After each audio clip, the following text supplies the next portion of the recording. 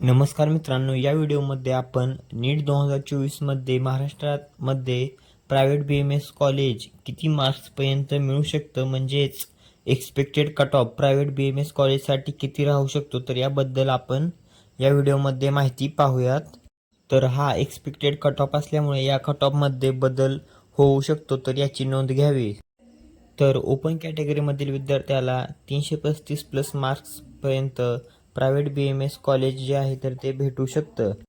तर मित्रांनो, हा जो कट ऑफ आहे तर तो लास्ट राऊंडपर्यंतचा आहे. त्यानंतर OBC कॅटेगरीमधील विद्यार्थ्याला 330 प्लस मार्क्सपर्यंत प्रायव्हेट BMS कॉलेज अलॉटमेंट होऊ शकतं. तर त्यानंतर SC कॅटेगरीमधील विद्यार्थ्यांना 325 प्लस मार्क्सपर्यंत प्रायव्हेट BMS कॉलेज अलॉटमेंट होऊ शकतं. तर त्यानंतर ST कॅटेगरीमधील विद्यार्थ्याला 240 प्लस मार्क्सपर्यंत प्रायव्हेट BMS कॉलेज अलॉटमेंट होऊ शकतं. तर त्यानंतर VJ कॅटेगरीमधील विद्यार्थ्याला 325 प्लस मार्क्सपर्यंत कॉलेज अलॉटमेंट होऊ शकतं. त्यानंतर NT1 कॅटेगरीमधील विद्यार्थ्याला 328 प्लस मार्क्सपर्यंत कॉलेज अलॉटमेंट होऊ शकतं.